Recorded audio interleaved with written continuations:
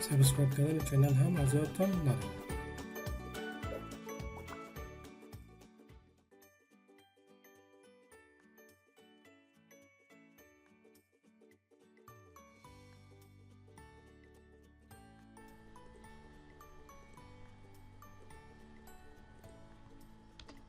فرض کنید که خب این شکل میگیریم در ترانسلیشنال روتیت نمبر آف استپس 60 در محور زد و ملتیپلای هر کدامش 5 ملتیپلایش 60 و لینکسته و پنجه برای شکل اینجا اگر ادیتیو رو بگیریم خب نقطه به نقطه ما بگیریم. اگر ما بخواهیم که یک بیم دیگه در وسط زمین اگر ما بخواهیم که وضع کنیم این با کدام شکل این رو سلکت میکنیم. سلکشن خب براتون گفتم که از نود علیحده است بالا نود بگیریم و از بیم علیحده است که ما بیم رو سلکت میکنیم. وقتی که بیم رو سلکت کنیم اینجا بالا اینجا یک کمان به نام اینزرت نود انزرت نود رو کلیک میکنم در جیومتری میں میگه بسیم که اینجا بالا ایزی کلیک میکنم. اینجا یک باکس این میگه اینی بیم که است طولش 5 متر است و از نود 6 گرفته تا به 10 فاصله است. اگر ما بخوایم که در یک نقطه کیفی هر مثال از این طرف است انجام شد.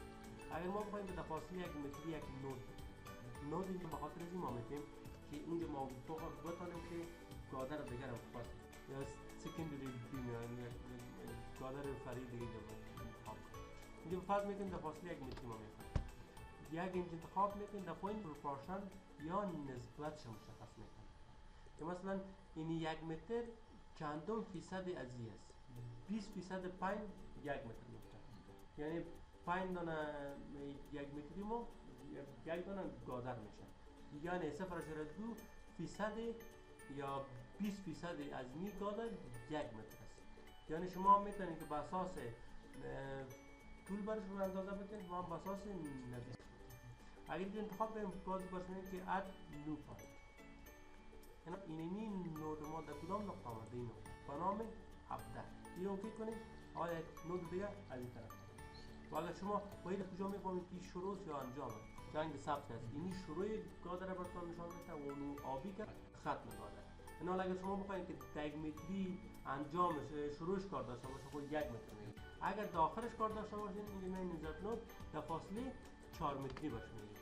مثلا این اول حالا سعی کنین این دیگه نیم شد این 1 متر 1 گادر شد دیگه نه شما اگر خواسته باشین در این دیگه نود بکنین باز هم در اینجا برشمین انزرت نود برشمین که در فاصله 2 متری شد اینجا بود که اد نیو پوینت باز بود اوکی در فاصله وسطی از دیگه گادر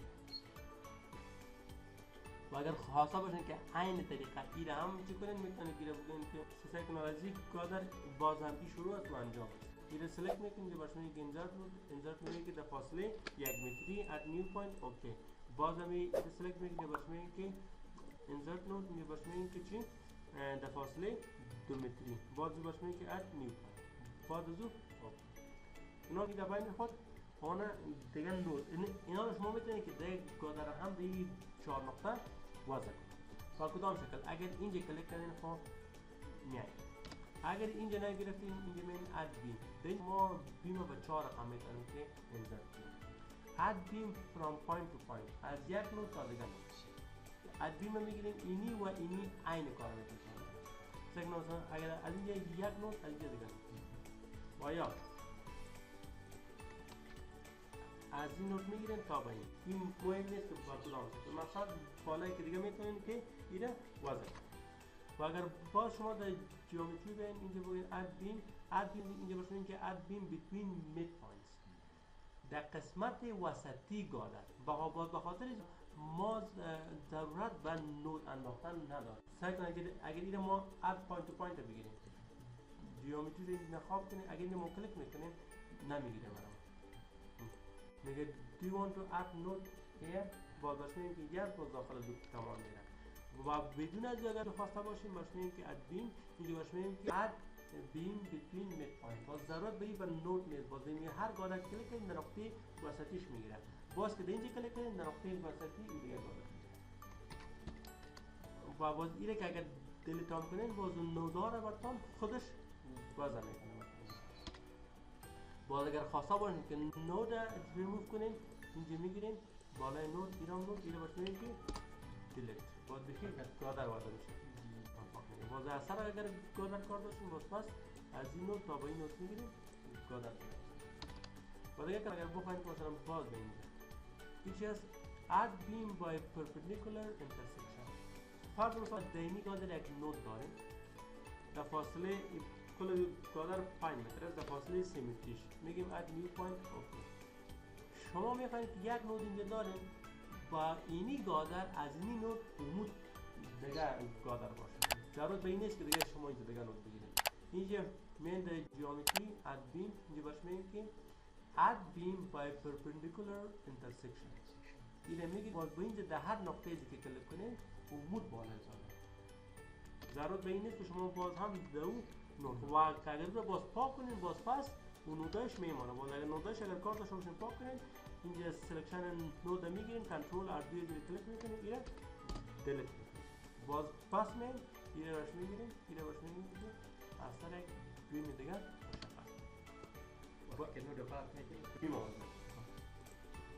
باز اگر خود نود انجام بیم با خاطر از باز بیم مطلب دیگه که داریم که اد کرد. اگر ما خواسته باشیم گادرهای منحنی در وضع کنیم یا ترسیم کنیم اد کرد میگیریم یک کلیک با اینجا یک کلیک ها اینجا ریدیس آف کرویچر شعاع منحنی را میگه برای ما. با خاطر اول باید ما باید این اندازه ببینیم که چقدر است که اندازه مینیمم اندازه شعاع ما بفهمیم که چقدر شعاع ما باید کنیم. اندازه این نتیجه میتونه که دیسپلی نود تو نود دیستنس اینه کلیک میکنیم یک کلیک تا اینجا یک کلیک تا اینجا این فاصله 6 متر است. و اگر خواسته باشین که پاس دیلیت کنیم بالای کلیک میکنیم remove all node to node distance.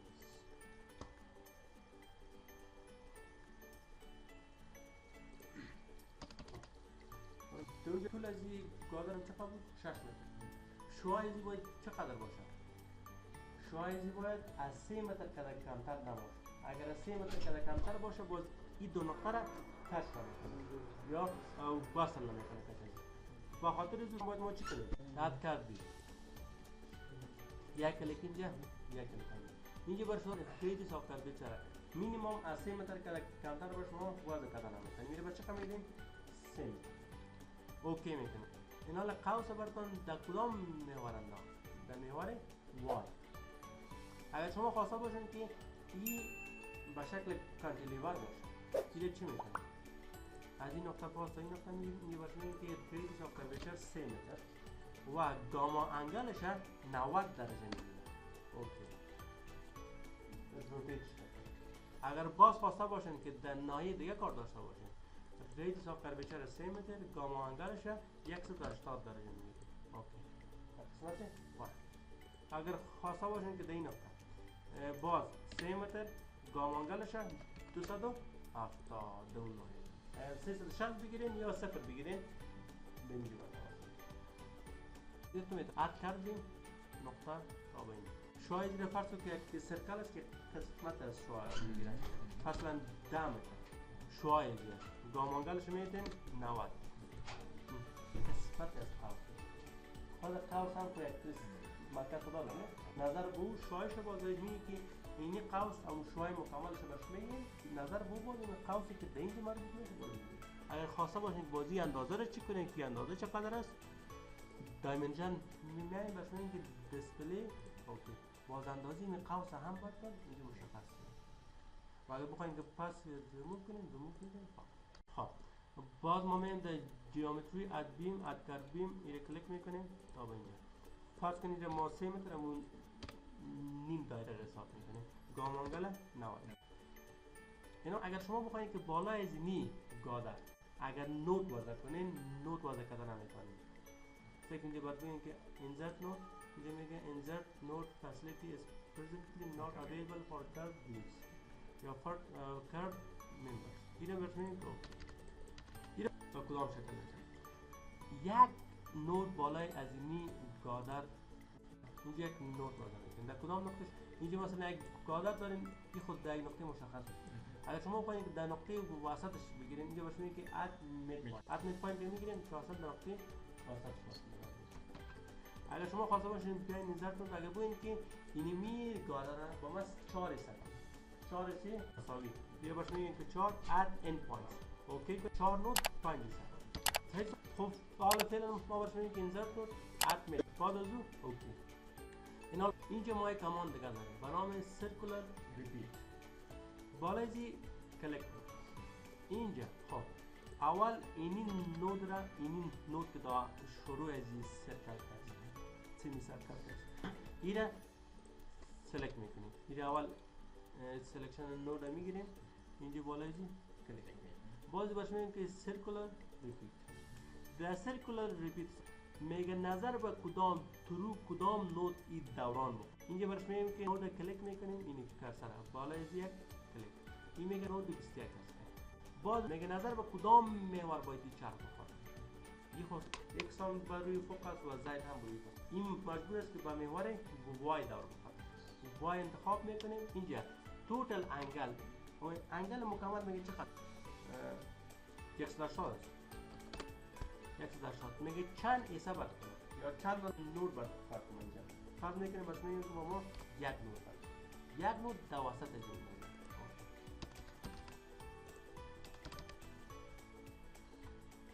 سلکشن نود میگیریم. کلیک اینجا باز باش میگیم که سرکولر اینجا نود شه. اینجا یا بالای کلیک میکنیم نود 21 یا ترام شکل میکنیم 21. اینجا انگلی شد 180 درجه. یه باش میگیم با ما 3 سکنش. یه باش میگیم که اوکی 1 2 3.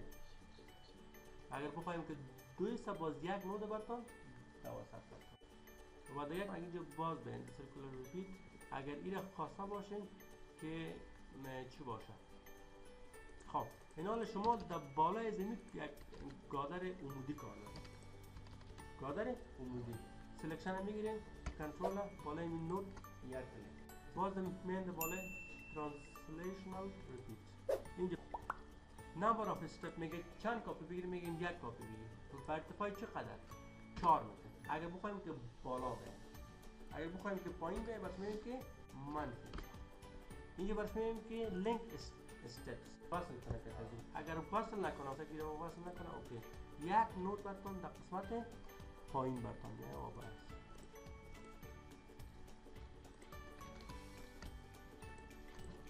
سلکشن نود میگیریم فرض کنیم که این نقطه اینجا در ترانسلیشنال اینجا در کدام میواد وای انتخاب میکنیم.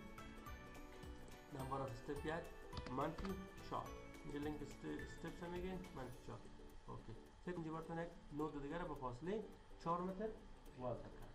اگر ما بخوایم که هم لیول ازی باشه باز اندازه زیر چک میکنیم که هر اندازه باشه. با نظر به این سر میره میتونیم که اینجا 4 دادیمش تا یک قدر آمد. اگر 7 دادیم باز تا با آخرش. فرض کنید که اینجا میخوایم که 7 دادیم. اینجا باش میگیم که منفی 7 وای اگر لینک استپ اگر آف کنیم بازی اوکی سر برتون نود برنامه. اگر خواسته باشین که نود و عربی شکل داشته باشین باز چی میکنیم؟ ترانسلیشنال ریپیت نام یک منفی 7 و اینجا باش میگیم که لینک استپ وای داون وای میگیم و بازی اون برتون تا پایین برتون گادر هم میره اونو. این بود سرکولر ریپیت و چی رقم ما میتونیم که گادر را اد کنیم. دیگه ما داریم که اد پلیت اد سرفیس و اد سالید. اد پلیت به خاطر سلبا استفاده میشه. اد سرفیس به خاطر شروالا استفاده میشه و سالید است اجسام سه‌بعدی سخت اگر کار داشته باشه. اگر ما پلیت کار داشته باشیم بالای کلیک میکنیم اینجا در 4 نود که داریم کلیک میکنیم پلیت جای به جای شد. خب با ما نشان نمیده. اگر بخوایم که ببینیم رایت کلیک میکنیم اینجا بالای استراکچر دیاگرامز اینجا در استراکچر اینجا باش میگیم که ویو فیل پلیت سالیدز اند سرفیس این چک کنین اپلای کنین. اوکی سرفیس هم در شما مثال این به خاطر طلبا استفاده میشه. اگر شما خواسته باشین که سرفیس شروال رو بجای کنید، سرفیس رو میگیرین در 4 نقطه مشخص کلیک و داخل کلیک یا رایت کلیک میکنید و بعد سرفیس وضع شروال. و اگر خواسته باشین که سالید باشه که 8 نقطه بداره 8 نقطه است اینو کلیک میکنین که بالای از کلیک میکنین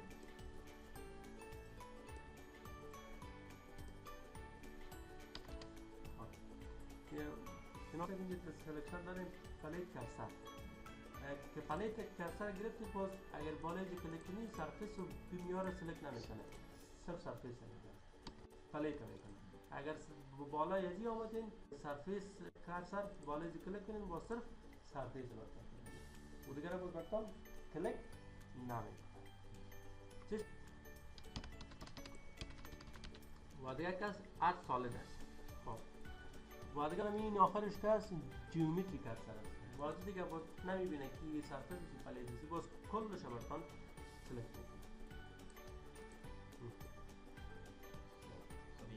جیومتری کرسر کل فریم رو باید سلکت کنی. نه یک به خاطر کرسر سلکشن مثلا که نود کرسر داریم که صرف نود برتان سلکت میکنه. دیگه داریم بیم کرسر که صرف بیم سلکت میکنه. اگر بالای دیگه چیز شما کلیک کنید برتان سلکت نمیکنه. اگر پلیت بگیرید صرف پلیت کلیک میکنه سلکت میکنه دیگه رو نمیگیره. اگر سرفیس بگیرید صرف سرفیس میکنید دیگه چیزا رو نمیگیره. و اگر سالید بگیرید صرف سالید کلیک میکنه دیگه چیزا سلکت نمیکنه. و داخل جیومتری کرسر است که جیومتری کرسر کس باز کل عناصری که در روی اسکرین است رو برتان سلکت میکنه. اگر سام نگیرین با بالش که ایره بگیرین بالش کلیک کنین اون رو برتان علیده بخواین که اگر اوورال سلکشن کنه داخل یک ویندو برشون میره این رو باز کلیک کنین میتونین که ایره انتخاب کنین یا بگوین که دیلیت اون رو برتان جای بزنین.